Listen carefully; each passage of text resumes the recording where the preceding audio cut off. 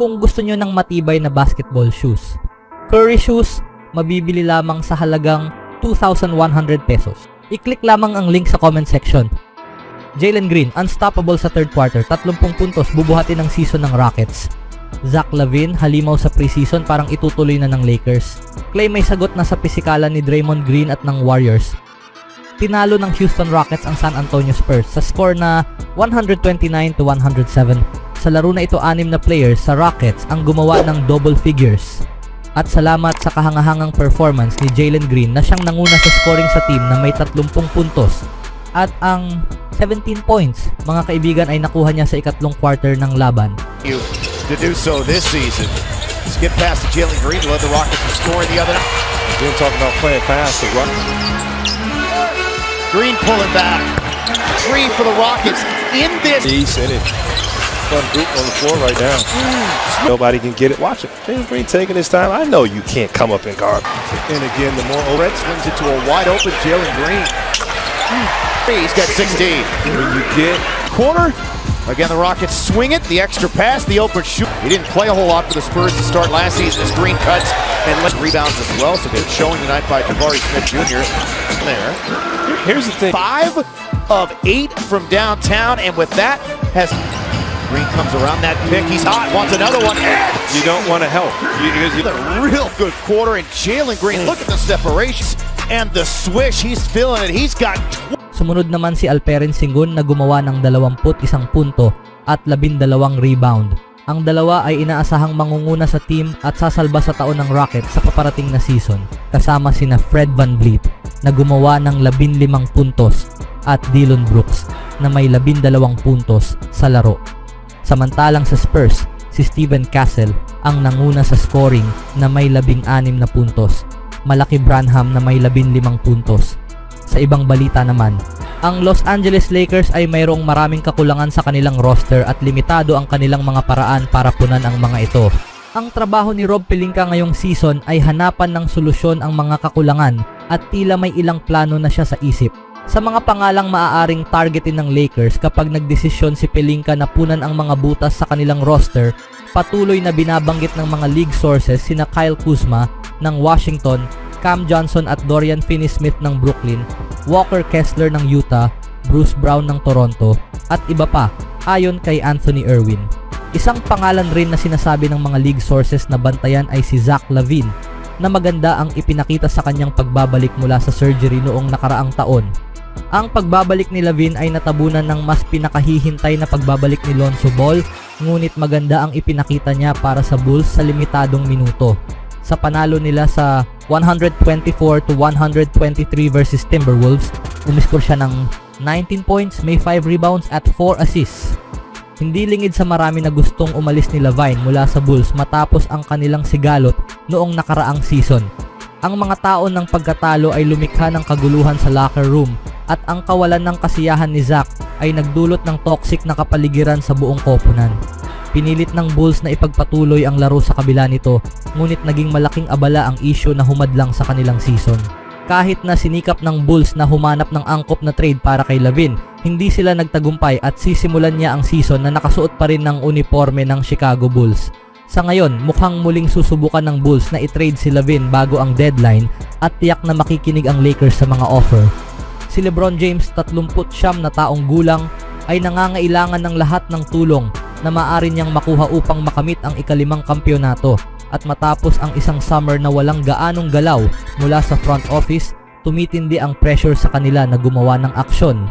Dahil sa limitado ang kanilang mga asset, kailangang maging maingat ang Lakers sa kanilang mga inaasahan, ngunit maaaring maging kapaki-pakinabang si Zach LaVine kung maganda ang simula niya ngayong season. Ang 2 beses na All-Star na si LaVine ay kilala bilang scorer na minsang nag-average ng 27 punto at 4 na punto bawat laro para sa Bulls. Ang kanyang bilis, mataas na energy at kahangahangang atletisismo ay nagpapahirap sa mga depensa at matagumpay siya bilang shot creator sa backcourt. Para sa isang Lakers na desperado sa dagdag na scoring, magiging ideal na fit si LaVine. Bagamat may kakulangan sa efficiency at shot selection, ang kanyang scoring potential ay makakatulong sa pagbukas ng opensa para kina LeBron James at Anthony Davis. Makakabawas din ito sa pressure sa mga role players tulad ni na Austin Reeves at D'Angelo Russell na maaaring maglaro sa mas komportabling posisyon sa rotation. Hindi pa tiyak kung kailan o kung itutuloy ng Lakers ang trade para kay Lavin, ngunit malinaw na nakikita ni GM Rob Pelinka ang mga lugar na kailangang pagbutihin sa koponan. Ang paggawa ng trade ang tanging paraan para mag-improve at marahil mas mainam na gawin ito ng Lakers ngayon kaysa maghintay ng deadline kung kailan tataas ang presyo ng mga trade. Ano sa tingin nyo mga kaibigan? Sa ibang balita naman, si Klay ay tumugon sa prediksyon ni Draymond para sa pisikal na laban ng Warriors-Mavs na orihinal na lumabas sa NBC Sports Bay Area. Si Draymond Green at ang Warriors ay sabik na harapin si Klay Thompson at ang Dallas Mavericks sa unang pagkakataon ngayong 2024-25 NBA season. Ang forward ng Golden State sa isang panayam sa Sloan Knows podcast sa Warriors Media Day ay nagbigay ng prediksyon para sa unang laban nila ni Thompson sa Nobyembre 13 sa Chase Center. Sasagasaan ko siya, sabi ni Green bago idinagdag na syempre siya ay magpapadala ng konting trash talk kay Thompson. Parang kapatid ko siya pero hindi na siya kasama namin. Hindi na siya kasama namin, kasama na siya ng kalaban. Si Thompson sa isang kamakailang panayam kay Rachel Nichols ng Fox Sports 1 sa pinakabagong episode ng kanyang Open Run podcast ay tumugon sa prediksyon ni Green sa pinakabagay na sagot mula sa kanya. Kung ganun nga, tatanggap ako ng 2 free throws at medyo matibay akong tao kaya sa tingin ko kakayanin ko naman, sabi ni Thompson.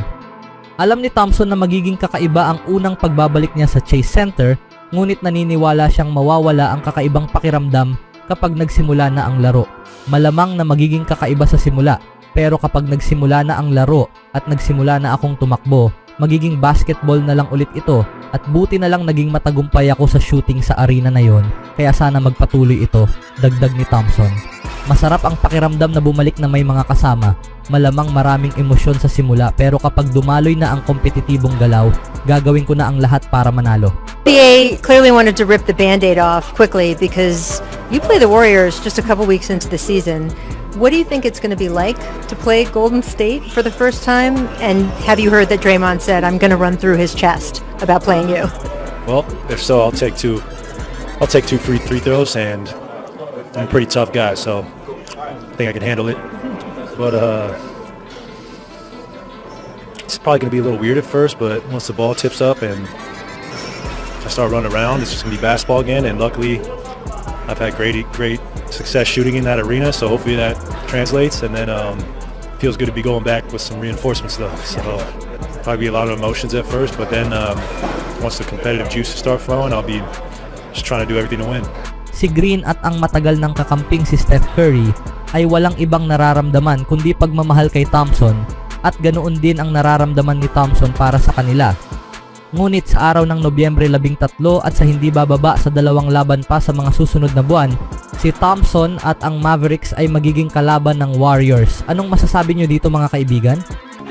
Always do it on my own, so I gotta get through it. And the only thing I know is to love what I'm doing. Never give up, never slow, till I finally prove it. Never listen to the no's, I just wanna keep moving. Keep my head up when I act, head up, that's a fact. Never looking back, I'ma keep myself on track.